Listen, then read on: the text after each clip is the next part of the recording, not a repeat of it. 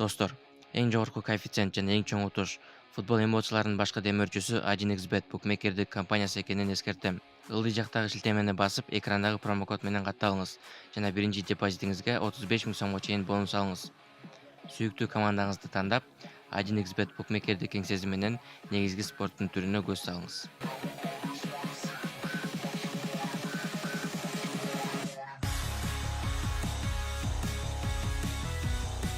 Assalamu alaikum, урматтуу Кыргыз блог каналынын катталуучулары жана көрүүчүлөрү. Бүгүн деген 19 ноябрь саат 6 болду азыр деген. Кыргызстан менен Ирандын оюну башталышына 1-2 саат убакыт калды. Азыркы учурда болсо биз Дөлөн Өмүрзаков атындагы стадиондун алдында турабыз. Аны менен чогуу эле бул Кабаулу Кожомкул атындагы спорт ордосунун жанында турабыз. Бул жерде болсо азыр Кыргыз курамасынын күйөрмандары чогулуп атышат. Аларды дагы бир сыйра силерге көрсөтүп, жалпысынан оюндун атмосферасын силерге экран аркылуу жеткирип көрсөткөнгө аракет кылабыз. Жок,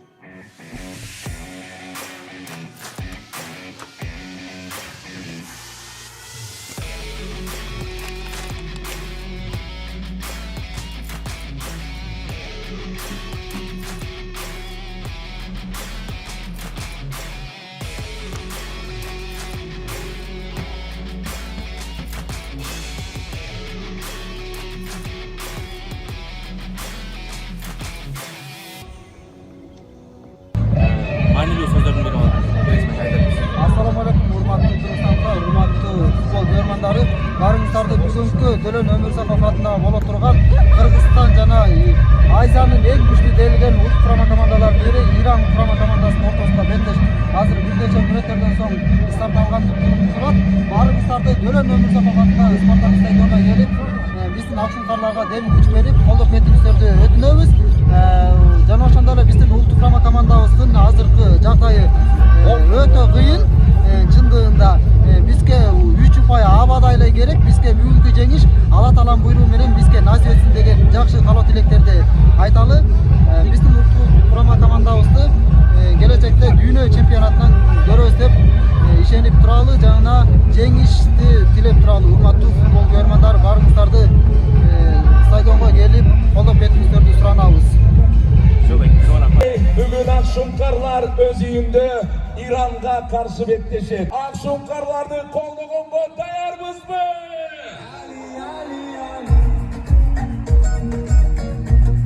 Кымбаттуу күйөрман, белгилей кетсек, Кыргызстандын улуттук курамасы тарыхта болбосо жөн гана кучактап коюңуздар, азаматсыздар гана. Оюнчулары далага чыгышты, оюн алдындагы машыгуу үчүн. Бул машыгууга тилекке каршы биздин негизги орбосору болуп эсептелинген Валерий Кичин менен Кристиан Браун. Эми биз башка орбошлорубуз негизи эле жалпы Кыргыз оюнчулары жакшылап бир оюн. Экранга көңүл бурабыз достор, урматтуу күйөрмандар. Экранга чыккан ар бир күйөрман жаныңыздардагы мына сага чыныгы күйөрмандар мына ушундай болот. Кубаныч менен бөлүшөлү. Жашоңдун негизи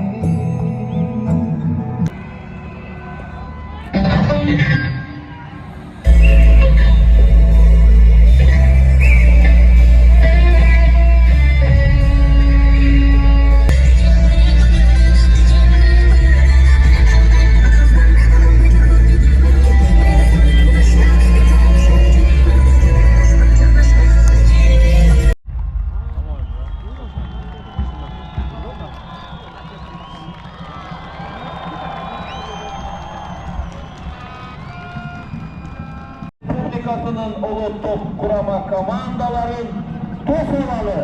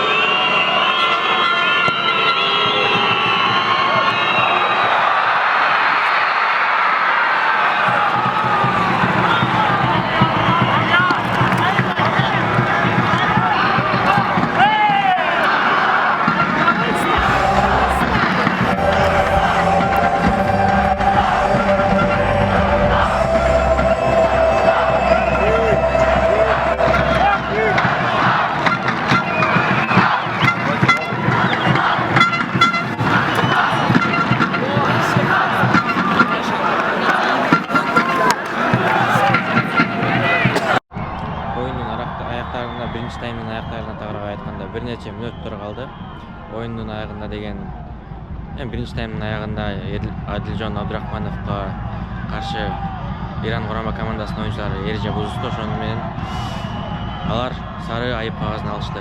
Жана биринчи таймдын ayağında эсеп 2-0 бойдон калды. Тилекке каршы биздин құрама командабыз жеңилип атат. Эми экинчи таймда бир нерсе Максим Лисицин ойлоп жок. Максим Лисицин бир нерсе ойлоп табат деп ишенебиз.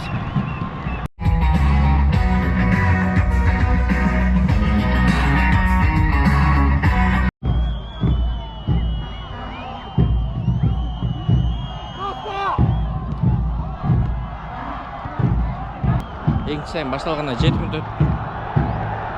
Экинчи тайм башталгандан кийин аз эле убакыттан кийин Жойлук Кожо гол киргизди, бирок ал видеом деген тартылбай калыптыр. Мен негизи эле видео тартпай калыптырмын. Мен карабай турганда гол киргизе берди. Дайым айтат элем, шанс бар деп. Шанс дайыма бар. Азыр Кожода сап дебедимби? Эсеп сандары 2-1 болду. Алдыда албетте Иран құрама командасы кетип атат. Ай. Реакцияны таппай калдым да, просто элдердин реакциясын стадион дүңгүрөгөнчү. Аябай катты дүңгүрөдү.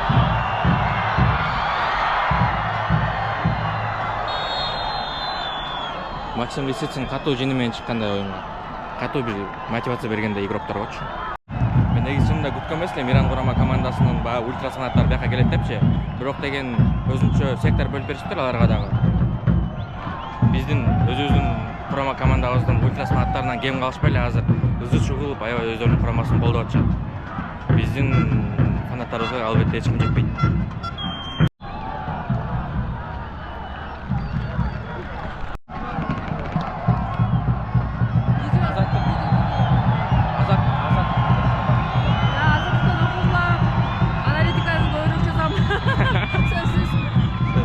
Ссылкасын коюп коесуз, сиздин сайтыңызга.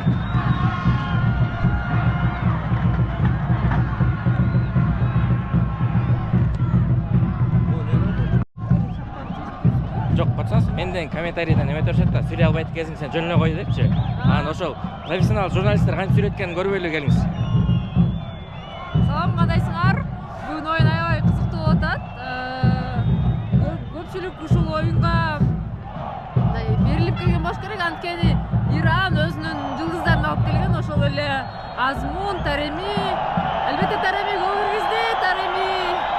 Эми бул бетеште моюнга алыш керек, бул группада Иран сап башында келе жатат, анан сырткары ошол фаворит да болуп атат, андыктан айла жок, Иран аябай жакын турат. Эме кыргызстан құрама командасында мүмкүнчүлүк бар, алдыда буюрса дагы оюндар. Андан кийин 4-чү раунд менен балким кийинки турга өтөбүз. Сиз мага үйрөтпөйсүзбү? Ошол нерсе болгондо, ошону сүйлөгөндө ата элдин баары сөгүлө ташап кеттим чын менчи. Просто кандай десем, көбүрөөк окуш керек, китептерди көбүрөөк, анан көбүрөөк алып барыш керек, тажрыйба керек да. Мисалы үчүн спортчулар деле күндө машыкканда, журналисттер деле күндө машыгыш керек. Ошол бирок баарына жагыш кыйын. Баарына жагыш кыйын. Ага кошулам бирок. Азыр да дано мемта сөгүп атат комментарийде. Мен биякта турсам дагы. Болуп турат. Азыр оюндун канчанчы мүнөтү болду? 73 мүнөтү болду. Ирандыктар мындай чабуул кылып атышат. Азыркы учурда биздин курама солго чыкты. Аябай чабуулдарды мына бат-баттан кылып атышат да. Үзбөйчү. Ушундай моменттерде негизи биздин оюнчуларыбыз гол өткөрө алчу да. Баягы кураманын оюну болгондочу. Аябай азыр ар бир можекте баарыбыз тиленип турабыз. Эптеп тең чыгып кетели депчи. Эми тең чыкканда эле биз үчүн аябай мындай жетишкендик деп айтсам болот. Муну оюндун башында эле айтканбыз анчы. Иран менен тең чыгып кетсек анда эми укмуш болот депчи. Тең чыгып кетели эми, тиленип туралы. Дагы бир жолу биздин курамабыздын оюнчусуна каршы эреже бузулду. Анан некен? Штрафной эле экен бул. Штрафной эле экен. Эми штрафной болсо деле аябай аз чоң шанс бар деп кой, можеден гол киргизишчи. Бизде бирок узун бойлуу оюнчулар жок. Узун бойлуу оюнчубуз бул Кристиан Браузман эле. Тилекке каршы ал дагы жаракат алып калып, мынакей эми мындай маанилүү оюнда жок болуп жатат. Болбой эми пресса мыкты оюн тобуна отурушат. Ушунча. Мейли монча деп коюнчу. Бирок аябай аз калган болчу голго. Ким тепти көрбөй калдым. Жакшы удар болду бирок могу. эгер ушундай удардан бир 5-6 кое берсек, бирөө хотя бы бирөөсү гол болот го дейм.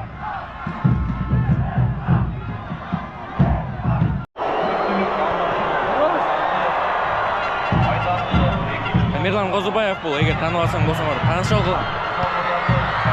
Бул Эрден Токотаев. 11 номердагы Али Жолезаде. Максим Лисицин аябай бир мотивация берип чыккан окшойт. Баягы эмедечи, раздевалкадачы. Анткени деген экинчи таймда аябай башкача оюн башталды да. Эми ушундай оюнду 90 мүнөткө чейин ушундай оюн менен ойносок азыр аябай сүйлөш кыйын болот мага чын. Итак эле өзүм сүйлөй албайт элем, бирок сүйлөш азыр учурда аябай кыйын болот. 21 номердагы Хорош.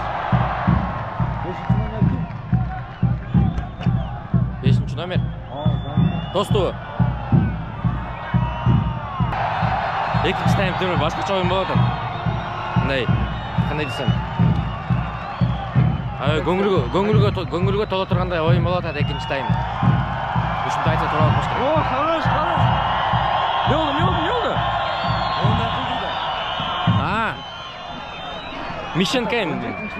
Мишенко, Жамол bu.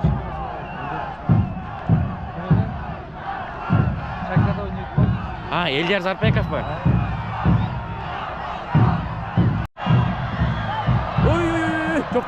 Жоқ. Чисто, базар жоқ, Эржан. Линиядан чыгып кетейин деди да, просто ошон эме чыкпай тосуп калды. Фокус албай атат го. Фокус албай атат го, басты. Алды го. Эржан пушка бирок. Эми береки катан кетирет да. Любой эле адам ката кетирип атпайбы.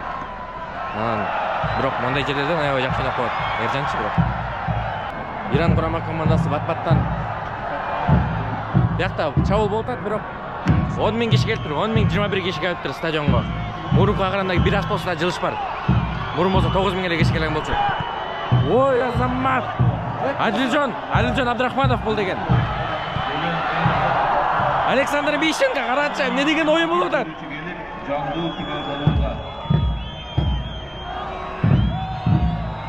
Ушундай эле оюн болуп турса?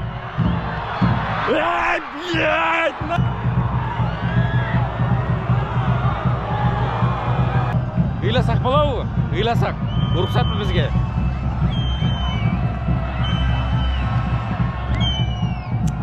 Үчөки Телеке каршы. Аябай эле жакшы оюн болуп аткандай болгон, бирок эми эмне кылабыз? Колдойбуз да мындан ары. Колдоону токтотпойбуз. Эч качан жаман комментарий жазбайбыз дегендей.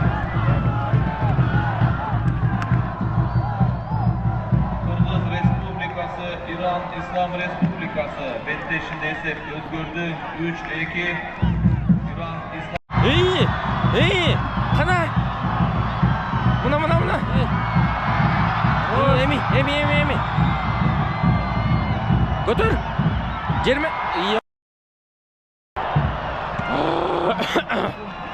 Мен үнүм өтүп калып окшойт уже. Сүйлөп айттым жакшы. Кыйкырат. 77-чи мүнөт. Биздин курамабыз чабуул кылыштык. Чабуулдардын артынан чабуул кылганга аракет кылып атат, бирок баары бир баягы ийгиликтүү болбой атат чабуулдарчы. Эми дагы бизде убакыт бар, биздин курамада. 13 мүнөт убакыт бар. 13 мүнөттүн ичинде бир гол киргизсек аябай жакшы болмок. Так, оюндун негизги убактысы 90 мүнөт аягына келип жетти. Башка калыс 8 мүнөт, 8 мүнөт кошту. Эми 8 мүнөттүн эле 3 мүнөт өтүп калды, азыр 4 мүнөттөй убакыт калды окшойт. Азмын чыгыптырбы? 4 мүнөттөй убакыт калды. Эсеп болсо 3-2 Иран курамасынын пайдасына. Биздин курамабыздын көрмандары дагы деле, фанаттары дагы деле колдоону токтотпой атат. Биз дагы эч качан колдоону токтотпойбуз дегендей, дайыма колдоп коштоп турабыз. Канча жолу утулса дагы баары бир биз колдой беребиз. Ошо бул оюнда биздин эки негизги коргоочубуз бар, Кристиан Браузман менен Валерий Кичинден жаракат алып калып оюнга чыкпай алганы себеп болду окшойт жеңилгенибиздин. Майда жок экен, эмне кылабыз? Болгону бизге деген кийинки оюндарга жакшылап даярданышып гана калат. Ошол гана бизге азыркы учурда жакшы, кандай десем, тандоо деп айтсам болот. Анан деген кийинки оюндар Кудай кааласа, Кудай буйруса, бизге 20 март күнү Өзбекстан курама командасы менен конокто ойнойбуз. Ал эми экинчи оюнубуз болсо 25 март беле, эгер жаңылышпасам 25 март күнү ошол эле Дөлөн Өмүрзаков атындагы стадиондо Катар курама командасын кабыл алабыз. Жалпысынан ошол туугандар. Ушуну менен Кыргызстан Иран оюнун деле аягына келип чыкты. Эсеп болсо баарыңар эле белгилүү болуш керек.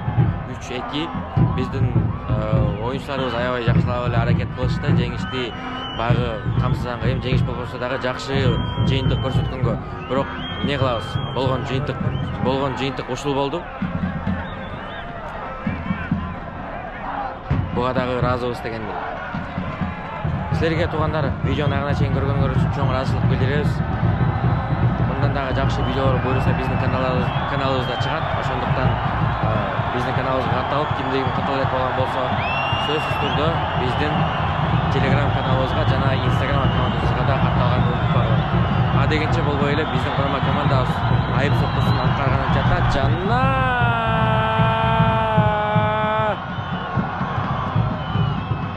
жок, тилекке каршы жок. Тилекке каршы бул жолу эмес тилекке каршы. Эми кийинки видеолордон жолугушканча туугандар.